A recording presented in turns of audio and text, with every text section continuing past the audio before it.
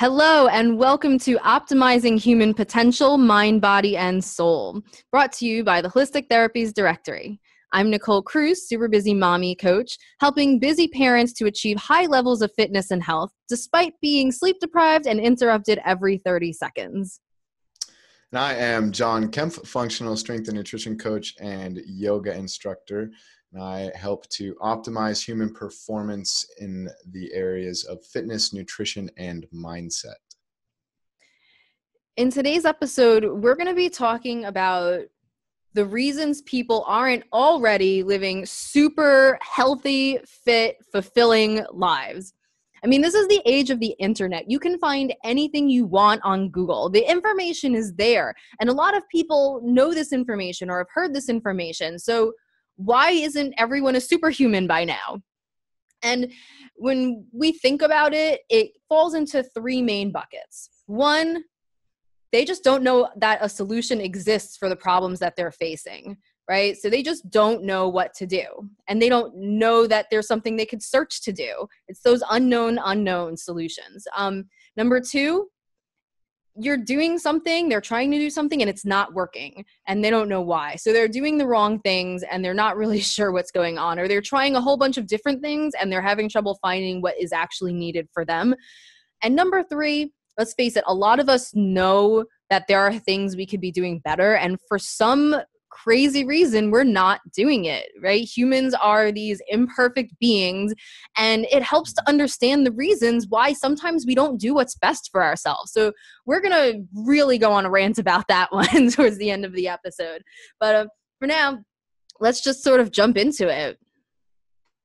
Yeah, the funny thing is especially for us, we see people from all three categories. And at one point in time, I've been guilty of all three of these too. And even as a fitness professional, I've caught myself saying and doing things that say 3, 4, 5 years later, new research comes out and turns out that that wasn't the best solution. And so it's always evolving. But, especially with the unknown unknowns, there's, so many people that just accept things the way they are, and ignorance is bliss, and there's nothing that they can do about it. That's just the way it is. And then there's the people that are truly trying to make change in their lives, but they've been misinformed somewhere along the way, or it's usually just a small tweak here and there that they haven't made that, makes the biggest change. I always use that example with my clients.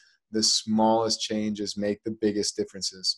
And then number three, like you said, we know kale is better than McDonald's, but what are the reasons why we can't get ourselves to break these conditioned behaviors, these old feedback loops, and realign our true goals and our new values with our current thoughts, feelings, and behaviors?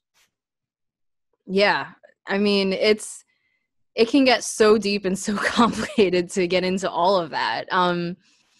But so let's start with number one. I think by definition, when you're talking about, people don't know a solution exists, of course, we're always going to be finding out new things. And to some degree, it's hard to have control over that one. But there are some things that those of us who are in the industry and really keeping up with it, we know that these solutions exist. Whereas, people who aren't in the industry and keeping up with it to the extent that we do, that information might not have gotten to them yet. And so, I can think of a couple off the top of my heads where these can just change people's lives if they take, my brief mention of it and just start looking into it.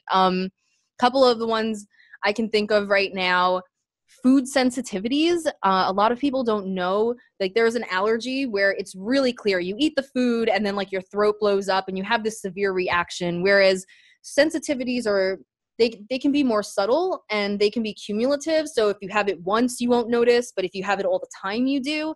And so looking into those, Google elimination diet, if you want to try this out for yourself and just follow their instructions, or get the book, The Inside Tract, TRACT, that really goes over it in detail. But finding out if you have food sensitivities can change your life, because foods that your body doesn't respond to can have effects such as poor and uncomfortable digestion. It can affect your skin. It can affect your energy levels. It can cause muscle twitches and obscure symptoms like that. Mental symptoms like brain fog, emotional symptoms like PMS. A lot of people, food sensitivities can contribute to horrible PMS symptoms or depression, anxiety. So that's one I really suggest people look into. Another one that's starting to surface more in the mainstream is that we're finding out more and more that cancer is related to your lifestyle. Not every single type of cancer. Some are still more mysterious at this point, whereas some of them, they're finding out we can almost completely prevent them with our lifestyle in general. So that's another area for anyone who is, prone to that because of their genes. Learning about the ways your lifestyle can affect your susceptibility to cancer is huge. I mean, a healthy immune system seeks out and destroys cancer cells. And so if you're susceptible to that, I would certainly look into ways to, improve your lifestyle and strengthen your immune system. Yeah, that's great. And that's so perfect for the highlight that I want to make. And, you can consider that the food and the exercise and the other variables like sleep and the sunlight and water intake, these are factors that control our health. And a lot of people have this vague understanding that, we need to eat healthy food and drink water, but there's a lot of misunderstanding on the why. It's not very clear, and it falls into that number one. They just don't know. And so we can break this down into a subject known as epigenetics. And this has gotten a lot of popularity over the recent decades. Mm-hmm. And a great author and pioneer on the subject to look up, his name is Bruce Lipton, and a really good book that's a pretty short read as well. It's called The Biology of Belief.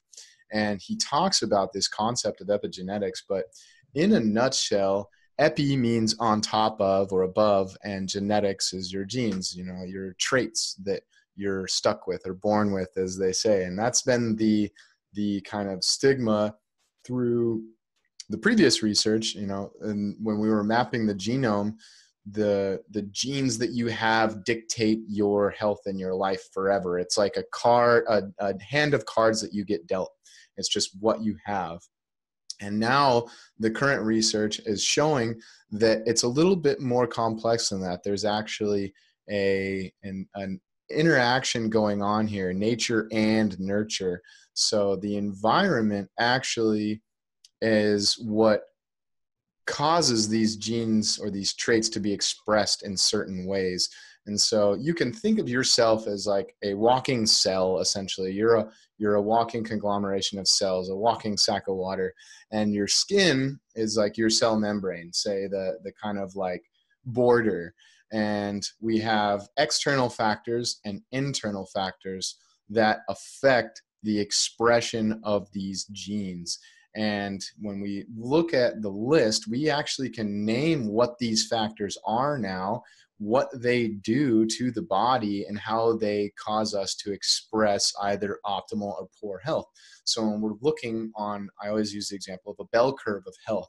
If you draw a line right down the middle, you've got 50-50. We've got the average person that's not sick and not like optimally healthy, like LeBron James or your standard naturopath or something. We've got on the bottom side of the bell curve what you would think of as chronic disease or pathology, and then on the other side of the bell curve is optimal health. And most people think that you just are stuck somewhere on the graph, but with the understanding of epigenetics, we find that these factors actually cause a turning up or a turning down, like a dimmer switch of the expression of these traits. And it's constantly changing all the time. And I always use the example, if anybody's seen the old cartoon, it's not that old, but Osmosis Jones. It's a kind of a parody comedy on an inner city of cells working in your body. And you've got the police force and I believe it's Chris Rock, I want to say, is like the undercover cop, and there's like a bad bacteria that comes in and he's the antagonist and they like fight and stuff. But it was such a good analogy to me, because we have these external factors and these internal factors that cause the expression of our health or lack of health. And the external factors, to list a few of them, are exercise, sleep, water, the sunlight and the nature exposure that you get, the exposure to stress from the environment. Those are all external factors that are outside of the organism. And then our internal factors are inside the organism. We're talking about some of the physiological systems in play here. We've got our immune system, which you could think of as like your homeland security. They're the border patrol. They go around and make sure that no bad guys are getting in. They go and attack the cancerous cells, the mutated cells, the old cells, the pathogens or bacteria that come in that could cause problems. They go clean that up and take care of that. And then you've got the lymphatic system, which is kind of like your garbage system. They go in and clean the streets and help to circulate out old waste products and deliver the nutrients into the cells. And then you have the endocrine system or the hormonal system. And all of these internal systems are what help to regulate the expression of these traits. Another one that's huge that I always talk about is inflammation. The level of chronic inflammation in the body over a long period of time is critical in the upkeep or breakdown of all these other systems. Another big one is the microbiome, the diversity of the different bacteria that are good for you that exist within our body. And we are outnumbered 10 to 1. We have about, I believe, 1 trillion cells in our body, and there's about 10 trillion bacterial cells in our body. So we have to make sure that we're creating a good, healthy, diverse population of bacteria that can host and maintain a lot of these processes as well. So you can think about it as these external factors drive these internal factors, the functionings of these internal factors. And if the internal factors are working well, the traits are expressed to show health. And if these systems aren't working well, then there's a breakdown in health, and the opposite of health is disease, dis-ease in the system. And it's just like an inner workings of a city, right? I mean, if the Homeland Security, if the Border Patrol isn't doing their job, bad guys are getting in. If the streets don't get cleaned, everything backs up and gets really dirty, and then a buildup of pollution and toxicity occurs. If the hormones aren't driving the signals and telling the other cells what to do, the hormones are kind of like the managers that go around and tell the rest of the cells, hey, I need you to do this to regulate the metabolism. That's another one of the big systems, is the metabolic system. And so we have to have good regulation of these external factors that then help to express good characteristics of our internal factors that then drive health, that maintain this optimal functioning integrated society within ourselves. So there's so much data now to support all of these individual factors and how they affect your health specifically. And as opposed to just writing it off that it's just genetics and that's the way it is, you can actually affect your genetics by controlling, regulating, modulating these external and internal factors. Yeah. And I mean, that's gold, because so many people, have fear or think that they have this destiny based on their family history. And it's just so empowering to know that there's something you can do about it. And even if science hasn't told us what to do about it yet, that this research is going on and that a solution might emerge really soon. Mm-hmm. Yeah. Yeah, thinking about some other factors where a lot of my clients don't even know there's something that can help them. I mean, the biggest one for me, because I work with busy parents, is that they don't realize that there are types of exercise that work really well in short bursts with rest in between. So if you're interrupted by kids all the time, you can do these intense workouts in bursts of 30 seconds, 60 seconds, and then kind of go about your day and come back to them throughout the day. And I mean, that can change a life if you're somebody who just doesn't have time or doesn't have someone to watch your young kids while you go to the gym. Adaptogenics is another one that a lot of people, I mean, like modern society is really stressful for humans. We're not built to function this way. And, you know, there are herbs and roots that you can get in supplement form from Amazon for like 10 or $15 in some cases that can literally change the way your body responds to stress mentally, emotionally, physically. You will feel the results instantly after just one dose. It's amazing. And so that's something I really suggest people look into as well if they're really overwhelmed and burnt out. Mm-hmm. Are there any others that come to your mind where your clients just don't even know there's something they could be doing to help themselves? Yeah, a good analogy that a mantra expression that I always use is work smarter and then work harder. And there's so many little things that can cause such a huge difference in the expression of these traits. And a big one that people miss often is sun exposure. And if you're not getting adequate sun exposure, say you live a certain distance away from the equator, and you are not going to be able to absorb the vitamin D necessary to create serotonin, which is the happiness hormone, which helps with decision making and with calmness, clarity, and happiness. And serotonin actually is converted to melatonin while you're sleeping at night. And melatonin drives a lot of other physiological processes in the body that help with repair while you're in your deep sleep mode. And that's another huge one too, is really we are creatures of the circadian rhythm. We function with and without the sun. We have two different sets of processes that occur with either the presence of or absence of the sun. And so making sure that we are following that biological rhythm is so critical.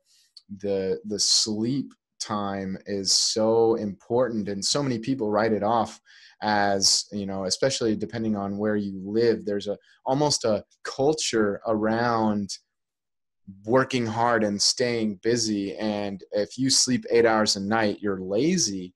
And, you know, there's so much evidence now to support how important sleep is and how it actually will improve clarity, improve productivity, improve mood, improve metabolism and cellular repair, and boost your immune system. When you're sleeping, you're repairing the body, recovering.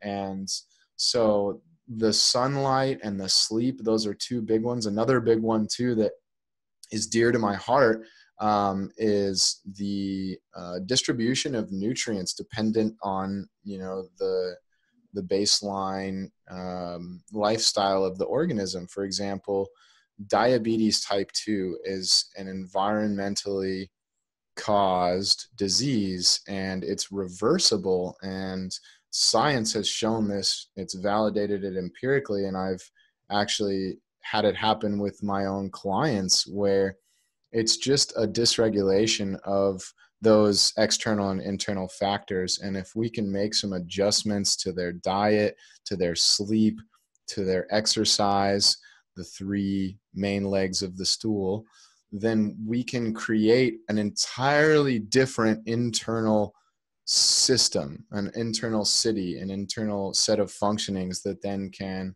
help to optimize the expression of your health. So there is a ton of information out there now. Science is really validating this idea of epigenetics and these external and internal factors. And so it's really important to not only stay up on this information, but take back your own sovereign right to modulate these factors yourself in order to optimize your health and your performance.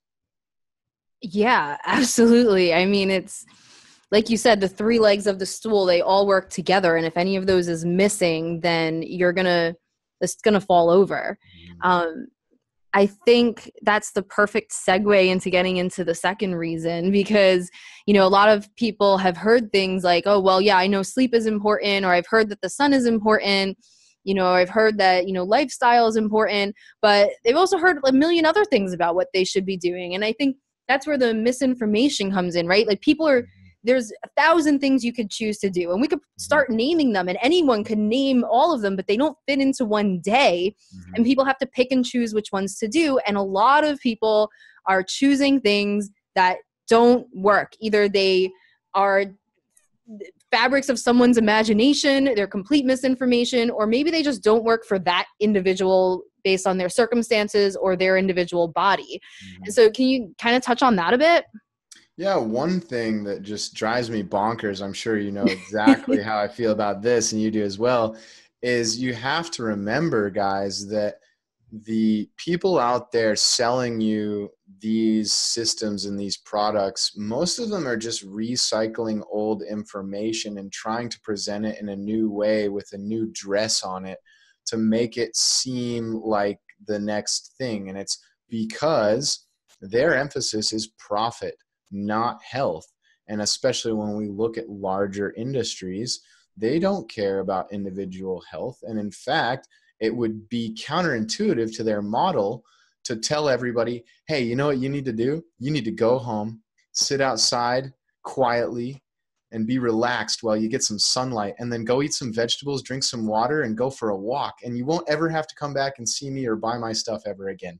They wouldn't make any money. So, I mean, it's all marketing at the end of the day for these supplements, and some of them are awesome. Absolutely. Yeah. But there's so many other ones that are completely worthless. But if you throw a bodybuilder on there that's jacked holding this little bottle that says, I took this and I start to look like this, automatically people are going to start to associate that supplement with getting jacked or whatever it is, optimizing their health or energy levels. There's so many different claims that are made.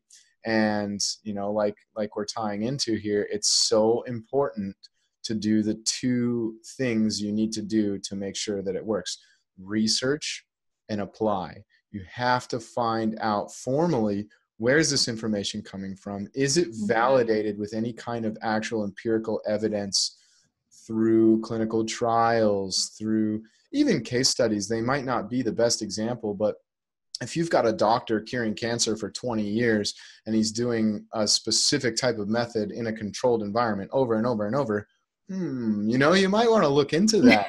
And, on the opposite end of it too, like what you had touched on, bioindividuality is such a big part of it too, is what works for one might not work for another. One person's medicine is another person's poison. And so say somebody's trying a new diet that worked really well for their neighbor, all of a sudden they're noticing lethargy and lack of focus and whatever it may be. They might not be telling you something else. There might be another factor. There might be a difference in your, environmental lifestyle or your genetics that cause a different reaction. Like you were saying, food sensitivities, So it really depends on research and application. And you have to go find a good starting point in some kind of literature or some kind of formal resource, which can be tough. You're going to have to weed through a lot of the BS that's out there nowadays. But then you have to try it on yourself and find out, like, is this actually worth it for me? And that takes reflection, observation, consistency, repetition. All of these variables come back to that kind of scientific method model is, are we actually seeing consistent change? And are we controlling the environment to make sure that we're actually regulating the factors that we want to see change in? Yeah, absolutely. And I mean, you just touched on something that I could rant about for days, but I won't. I'll just touch on it briefly. I feel so strongly about science and the scientific method and how it's used and how it's presented to the public, because you can have people with similarly impressive credentials just saying opposite things and then pointing back to science. And I've had people tell me, well, science is a bunch of BS. Like, science doesn't work. You can't listen to that. And that just is so unfortunate, because science is a logical procedure. Science is not flawed. The humans drawing conclusions from science are flawed, and we're drawing flawed conclusions. So, I mean, I could go on about this for days, but I'll just touch on one brief thing that people can, possibly take with them to start having a better sense of what's real and what's not right off the bat. And that's the idea that when you're talking about humans, there are so many variables in play that it can be really difficult to know exactly what's causing the result you're looking at. And so a lot of times people will look at what we know from science and then assume that if you do a certain thing, it will cause a result. And humans are too complicated where you can't assume that's the case. So when you hear about something and people are saying that, oh, if you do this, it will cause a result because this chemical has been shown to blah, blah, blah, blah, blah, like forget all of that. Ask the question, has anyone tested that intervention on humans and seen that result? That's all you need to care about, right? Have you tested on humans and seen that result? You should test it on two groups, right? One group should get the intervention that you think will cause the result, and the other group should not get that intervention. And we can go on forever about how to do that correctly so that they're as similar as possible, but forget that for these purposes. Has somebody taken two groups of people, given one the intervention, not given the intervention to the other group, and shown that the one who got the intervention showed better results? That's it. And then from there, you get to bioindividuality, because not 100% of that group will show the same results. But I mean, for a starting point, ask that question. When you're doing that Google search and a million things are popping up and a million experts are saying different things, ask that question and see if you can find an answer. And that'll be the best starting point for you to go with your research.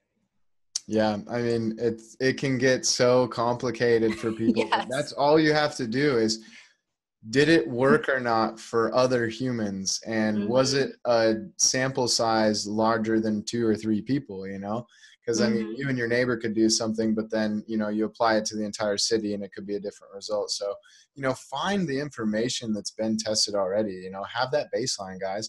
I don't know, Nicole, if you've ever heard of the chocolate study. This was, I want to say like, oh, I can't remember the date. This was a few years back though, but these researchers, it was all set up on purpose. They took these different parameters, and basically the kind of like the reason I'm bringing this up is because you can take one scientific article and argue on both sides of the fence on one point, just off of one article, if you cherry pick data. And that's often what you find when you look at these like quick little Facebook reviews and Google articles where it shows like a headline. And that's what they did with this study, is the chocolate study, is they basically gave chocolate to a bunch of people and then measured a ton of different variables. They measured heart rate, blood pressure. I think they gave them like a cognitive test as well. But they measured all these variables, these objective variables, legitimate variables. But then when they went to do the observational results, they picked the specific variables that they wanted to make the study seem validated and to have it show p greater than 0.05 significance. And they like did it on purpose, and they broke the study down and like explained, hey, like this is a farce, we did this just as a joke. And it was like a sample size of like a really low sample size, so there wasn't a large enough data pool to actually see if it was just differences in the people in the group or if it was like actually a trend, which is what you're looking for in research, is to see the trend, see the mean, see the average out of a group of people. And they took just like a couple choice variables that actually did show significance, even though overall the whole study, like it showed that there was like no significance. It didn't really do anything at all, but they picked the variables that did show like little changes and then added them together to create significance. And when they ran it, it got picked up by, I want to say, 28 main publishings from countries all around the world. And it was, chocolate's good for you. And it was just like a big laugh. Like it just goes to show that there's ways that you can manipulate research. There's ways that you can cherry pick data. And if you don't have a legitimate source, if you're not comparing the control group versus the intervention group, if you're not actually researching this information credibly, then you're never really going to know. And that's when people like us, the nerds that like to look into this stuff, that's what we do. We go through and look at this data and find out what actually is relevant. And then from there, we apply it. And that should be what everybody does, is take what you find as a baseline and then apply it to yourself, because what worked for a trend of people in a lab might not work for you on a 9 to 5 when you get home and you've got a kid and you've got to try to do this and that. You have to try to find what starting point there is, but then navigate your own path based on the information that you have. And that's N=1 at the end of the day. Like, you have to apply it on yourself and find out what works for you. Yeah, no, absolutely. And let's link to the chocolate study in this, wherever we post this podcast. And I'm also going to throw in a link to a kale article that kind of had the same thing, like, killer kale, and, also explained how, like, certain ways that people interpret and present research in flawed ways. So those of you who are interested in learning more about that, definitely check out those links. Definitely want to make sure we have time to jump into number 3. So let's do that, because this is, I think, where the gold is, right? So those of you listening, I want you to think about this right now. What are some things you could be doing to eat better, to be fitter, and to be healthier and less stressed? Like, how long did it take you to come up with some ideas there? It's like, bam, bam, bam. Exactly. Like, you could probably already list 10 things. Like, you don't need to go to the personal trainer or the nutritionist or the doctor to start seeing increases in your health. Don't get me wrong. Like, you should go to those experts, but why aren't you doing the things you already know? Like, why don't we do these things? And I think, like, we could talk about this for days, but I know, please, John, jump into that topic, because I love when you rant on it. My goodness. Well, if you look at it, this is what really got me interested in neuroscience, because I believe I mentioned it in one of the previous podcasts, where I started doing my own application to myself and realizing, hey, my behaviors were not conducive with my values or my priorities or my goals. I started to dissect that. Well, why? And I was putting myself in situations that were not beneficial or not aligned with these priorities, values, and goals. And one of my favorite quotes is, show me your 5 best friends and I'll show you what your future looks like. Or another really good one is, you are,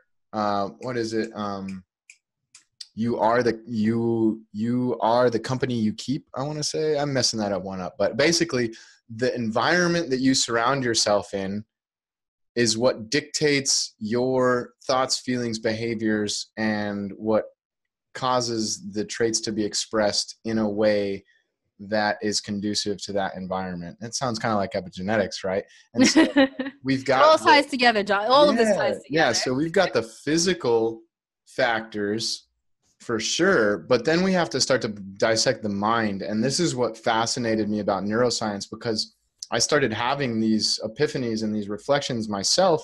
And a class that I took my final year of kinesiology was motor learning acquisition, which was basically, how do we learn? How does the brain work in association with the environment? And how can we modulate that process? And it was so interesting, because essentially we have 2 systems. We have a top-down feedback system where we're sending thoughts and commands from our brain to our body. And then we have a bottoms-up system, feedback system, your sensory motor system, which is driven by your 5 senses. So this goes back to the story that I've told, the 5 horses or the 5 senses. And either the 5 horses can drive the carriage, which would be your body being a slave to the environment, or the mind can grab hold of the reins and tell the horses what to do, tell the senses what to do. And that's when the mind becomes a master of the body. And so the biggest thing that you have to consider is these 2 systems work together. And if you're not sending the same signals from the top down and from the bottom up, there's going to be a miscommunication there. Just like any communication with any system, going back to that Osmosis Jones analogy, it's just like you sending commands to your staff on the inside, your employees. And if you're telling them to do a good job at work and be productive, but you're putting them, say, in a really loud, stressful environment, then they're not going to be able to focus and do their job and follow through with the processes that need to get done. And not all the work is going to get done for the day, and things are going to fall through the cracks. And eventually, over time, you're going to fall behind. These systems are going to stop functioning the way they are. And then all of a sudden, there's this expression of some sort of disease. And it's not pain site, it's pain source. Just because 10 years down the road you have the expression of these symptoms on the outside doesn't mean that there wasn't dysfunction on the inside previous. And so we have to think about, where's the source of this coming from?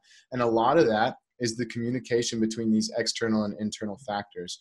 And if you're not regulating these external factors, if you're in a stressful environment, if you're around other people that are not telling you to be the best person you can be, and they're not supporting your values and your goals, and you can try all you want all day long, but it's going to be like running into a wall, because your 5 horses are like, dude, that's not what you're telling us all day long. And the sensory motor stimulus is 24/7.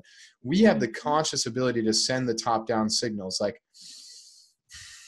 breath is a great example, right? How many of you just stopped and thought about your breathing? Wow, I can control my breath consciously, but we don't have to. The sensory motor stimulus or sensory motor system will naturally automatically breathe all day long, but we can consciously override that system if we wish at any point in time. But that sensory motor system is always going. And so if you're not putting yourself in an environment that is promoting positive external factors, if you're not getting the sunlight, if you're not getting the sleep, if you're not getting the positive emotional and psychological support from your environment, then you're not going to be able to match all these values up. And then you're going to continue to fall back into your repetitive behavior that has been previously conditioned, which is often being driven by those 5 senses. And so you have a stressful day, and then you go home and you binge on food. It's because that environmental stimulus overrides your conscious top-down stimulus, because that one has been laid into the system much stronger for a longer period of time, because it's always going. So you have to find out what you actually want, what the values and the goals and priorities you have, and then you have to put your organism in an environment that is conducive to those values and priorities if you want to see long-term success. Yes. Preach it. Yeah. I mean, it's just so important to set yourself up for success. And I think one of our pitfalls as humans is we often expect ourselves to act rationally, but we're not good at acting rationally. We are emotional, imperfect beings. And so if you think, well, I'm just going to, start my whole new lifestyle plan tomorrow, it's like, that actually doesn't work for most people. And so, knowing these, I call them psych hacks, but knowing these tricks to kind of get around that and knowing how your brain works in irrational ways can help you to set yourself up for success, so that when the time comes, you actually follow through with the positive behaviors that you want to do. Mm-hmm. Yeah, one of my favorite quotes is, you don't play up to your expectations, you fall back on your training. And that's those conditioned behaviors over time. And either they're good habits that you fall back on because you've conditioned them more and they're inroaded. It's literally a concept. Think like a wagon wheel driving on a dirt road. The more you use that same path over and over, the deeper that rut gets. And it's harder to break that habit, that feedback loop, because you've laid that neuronal network in your brain. It's called Hebb's law. What gets fired together gets wired together. These neuronal systems will continually lay down stronger, thicker, and more efficient, faster signals and systems, inroads, ruts in the road, by the more you repeat these behaviors. And so it's harder to break those habits. Like the old analogy, it's you can't teach an old dog new tricks. To a point that actually has merit, because there's these really thick, laid down, strong signals, strong inroaded neuronal networks in the brain, because that habit has been repeated over and over and over. And that's classical conditioning, stimulus response, tell a lie 1,000 times and eventually it becomes the truth. And so you have to ask yourself, are you really living up to your potential if you're not surrounding yourself with the people that bring the best out of you? You know, they say if you're the smartest person in the room, if you're the strongest person in the room, you need to find a new network, because they're going to challenge you to grow and expand and build new neuronal networks, new pathways, and new habits that you then will fall back on, which break those old feedback loops and create new ones. Yes. And habit formation is underestimated. It's just, there are ways to do it right. And then there's like the common sense way that just doesn't really work. And so just getting into that, I like to, teach the people I'm serving, like when you're trying to form a habit, going back to what you said about the ruts in the road and things you do every day, how much distress are you going to be in if you have to go out of your house without brushing your teeth? You're going to be thinking about it all day, because for as long as you can remember, you've been brushing your teeth every day before you leave the house. And so when you're starting to form a new habit, people think it's just like discipline. I'm not being disciplined, I'm being lazy. And it's like, that's not true, because you're showing discipline and a really strong work ethic in other areas of your life. So why isn't it showing up here? And it's about, how do we successfully integrate a new habit into our life? And there are a couple things that people can do. Number one, bite-sized pieces. Like, you have to integrate it one baby step at a time. And yes, it'll take longer, but you're in this for the long haul. It's your life, right? Like, if you just want to look good for your wedding in a month, by all means do the shortcuts. But if you're in it for life, one baby step at a time. And each of those steps should be small enough that it doesn't seem painful or annoying. It has to be something where you're like, okay, yeah, I'll totally do that. And then as it becomes habit, you start adding in more. And this is literally the key to the text coaching I do with my clients. It was like seeing them for a session and telling them 5 things to do didn't work. It's like, here's this video, do it. Send me a video of you doing it. Here it is again, do it again. And just one bite-sized piece at a time. And all of a sudden people are 1,000,000 times more successful. The other thing about habit formation, and before I drone on and on forever about this topic, is there are steps to it. So at first, it takes a lot of conscious effort, and you need to expect these steps. You need to expect to go through this, or you're going to give up in the middle and think it's not working. So at first, it takes a lot of effort, and you're excited about it and you're diligently doing it. Then it still takes effort, but it's not new anymore and it's not as exciting. And this is where it might start to get annoying, or you start to get a little bit discouraged, or other things in your life start to get in the way. Expect that to happen.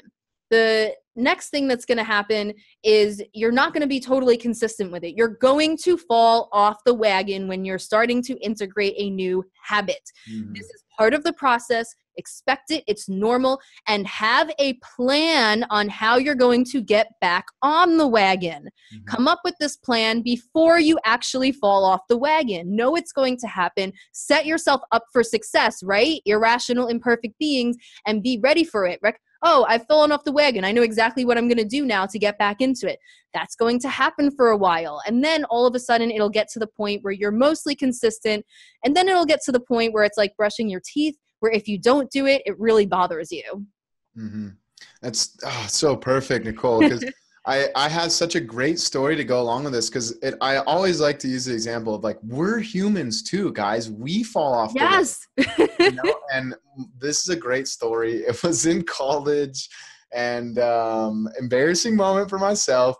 A buddy of mine brought over a bunch of brownies and peanut butter, and it was a Memorial Day weekend, so 3 days off, and we just went to town. I ate a whole tray of brownies and a 2-pound jar of Jiffy peanut butter. Oh, I was really lean at the time, and 2 days later I stepped on the scale and I had gained 10 pounds, 12 pounds, something obnoxious, and I was just freaking out, it was I wasn't at this point prepping for a show, but I mean, it was in the back of my mind, oh my God. And it just emotionally wrecked me. Legitimately, I was depressed because of it. And depression's something that I've dealt with for a long time.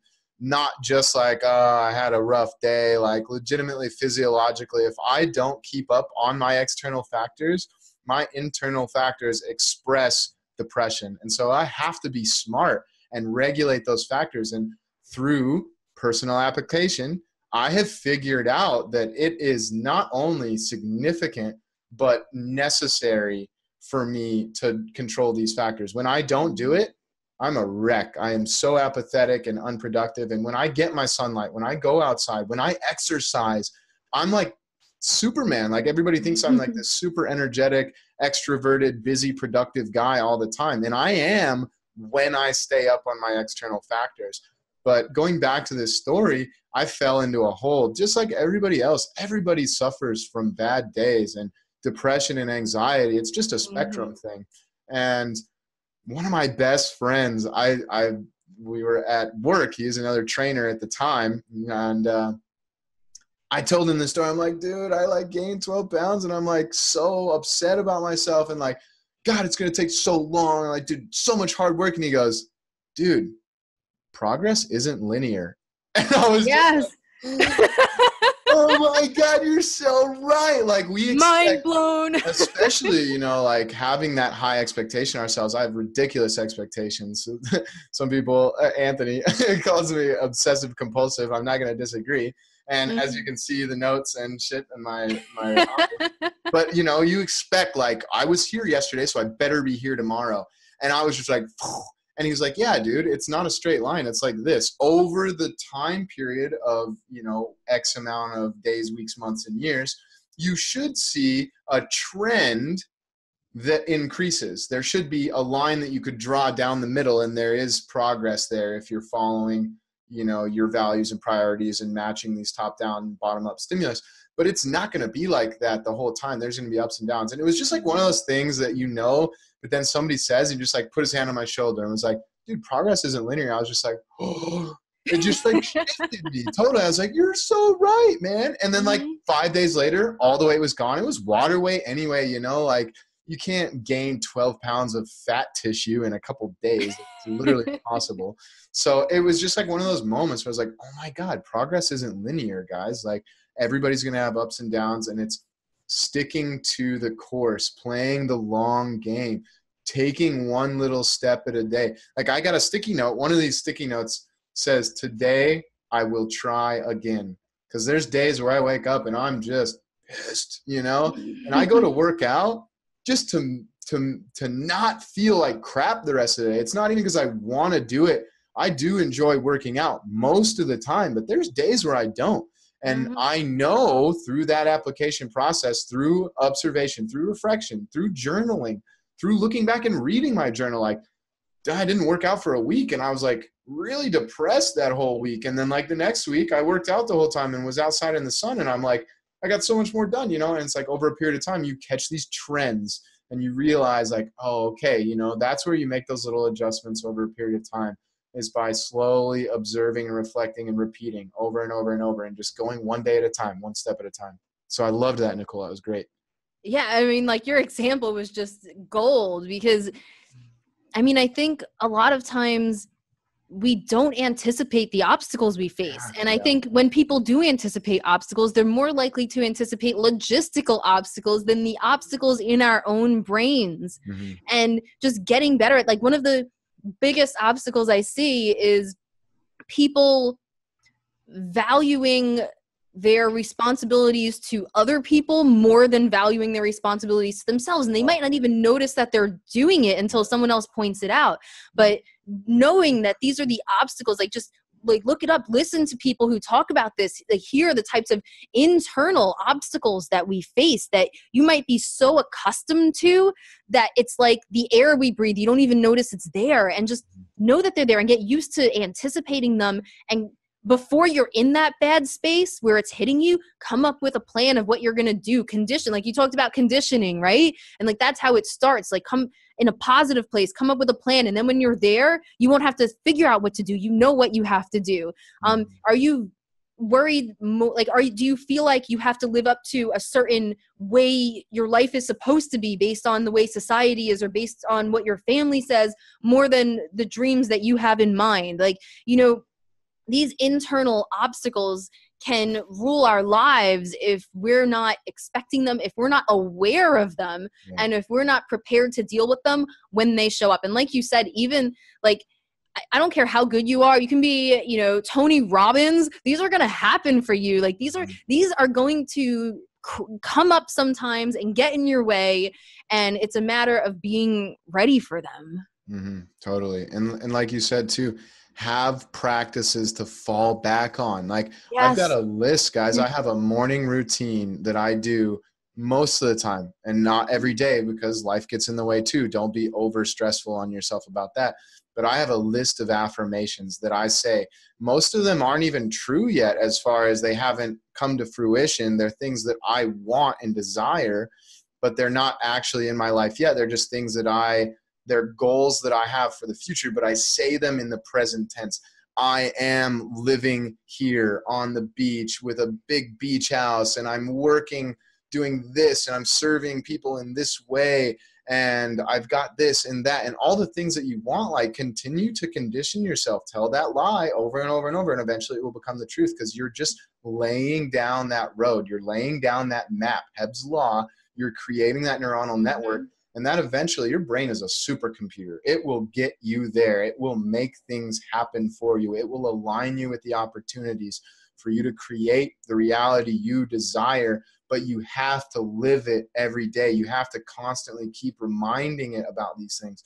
Fall back on your meditation. Fall back on your yoga, your exercise, your journaling. Go back and read that stuff. Like, it's so cool to go back and read my journalings from like 2013, 2014 when I was in college, and I started to wake up and realize and become aware of these things. This, like, wow, the environment really does dictate a lot of my behavior. And if I can kind of set up my environment ahead of time to where then when I do fall off the wagon, there's these little cues, these little reminders. Like they say, use visual association, use emotional association.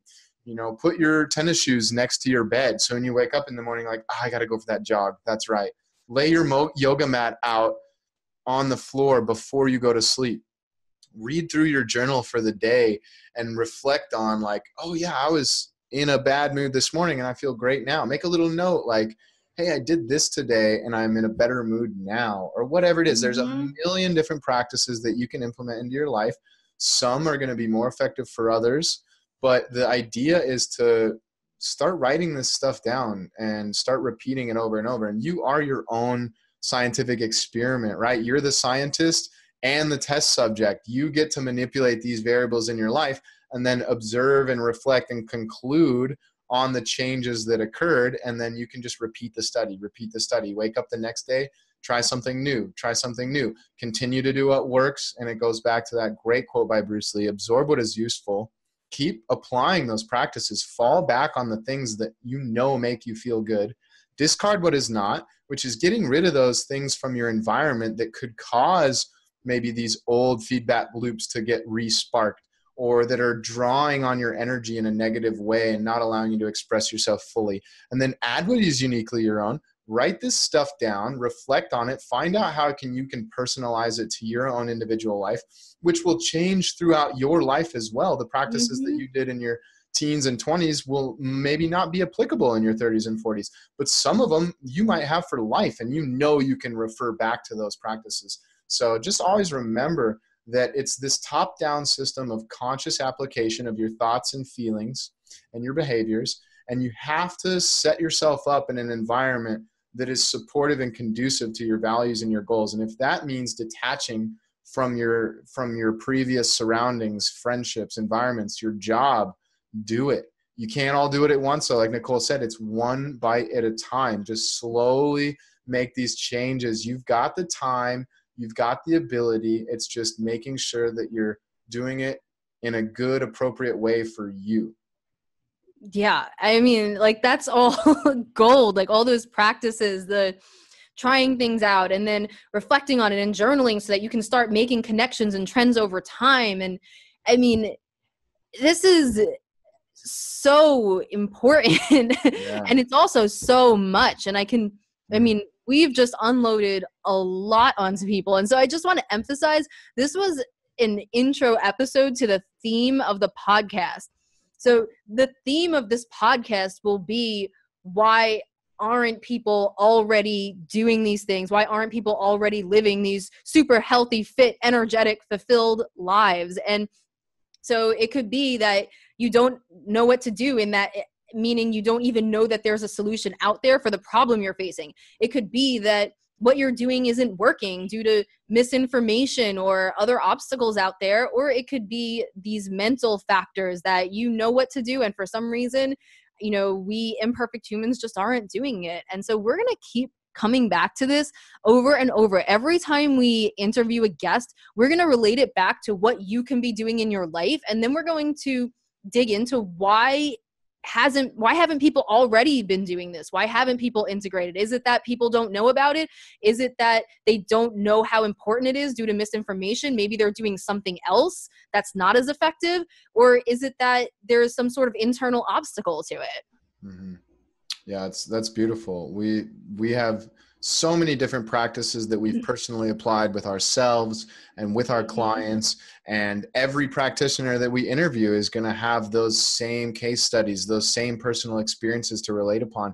And if we can give you one practice and give you the why behind it, and validate it with a little bit of information as to how it affects the organism, how to apply it in your daily life, then that's really the whole goal here. Is we're just trying to share practices and information with you guys that you can take and absorb and integrate into your daily life to optimize your human potential. Mind, body, and soul. All right. So let's leave it there, and we will be back very, very soon to continue these conversations. Thank you for listening to Optimizing Human Potential, Mind, Body, and Soul. I'm Nicole Cruz, Super Busy Mommy Coach. And I am John Kempf, Functional Strength Nutrition Coach and Yogi. We will catch you guys on the next episode. Thank you so much for tuning in. Do not forget to like and subscribe to the YouTube channel and the podcast, and go follow holistictherapiesdirectory.com for all these interviews, for a beautiful platform and a community worldwide of people looking to serve and contribute and empower humanity. Anything you got for us, Nicole? Don't forget to check out the links if you want to explore the topics we've covered today even further. Yes, yes. Thank you so much, guys, and we will talk to you soon. Thanks. Bye.